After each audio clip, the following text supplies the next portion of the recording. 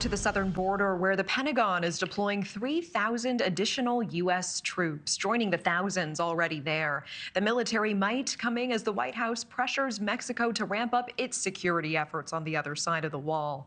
The Wall Street Journal reporting that Defense Secretary Pete Hegseth warned in a private call that U.S. military action in Mexico is on the table if the country fails to meet the administration's demands at the border. NewsNation's Jorge Ventura live for us in McAllen, Texas tonight, breaking this all down. Jorge, what are we learning?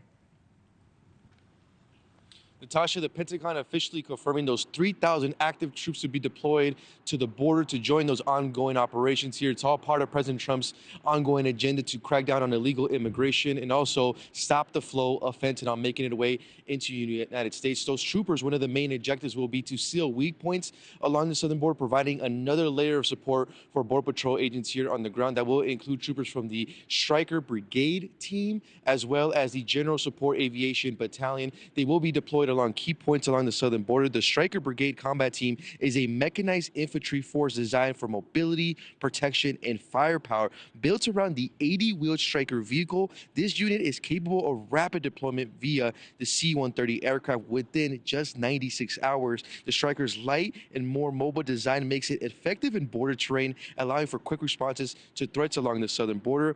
And accompanying the Strykers will be the General Support Aviation Battalion, providing air support to Border Patrol agents on the ground and a tactical lift of 350 troops. This unit does include the Black Hawk helicopters for common operations as well as medical evacuations. Also, Chinook helicopters will be deployed to the southern border. We actually saw some of those Chinook helicopters when we were reporting down in San Diego. Now, this added air capability does ensure greater coverage in those remote areas and enhances the cooperation between troopers and Border Patrol agents on the ground. This deployment is part of a broader strategy by President Trump to seal the border. Since he took office, the military presence here has really jumped and increased, with over 9,000 troops deployed here since he took office.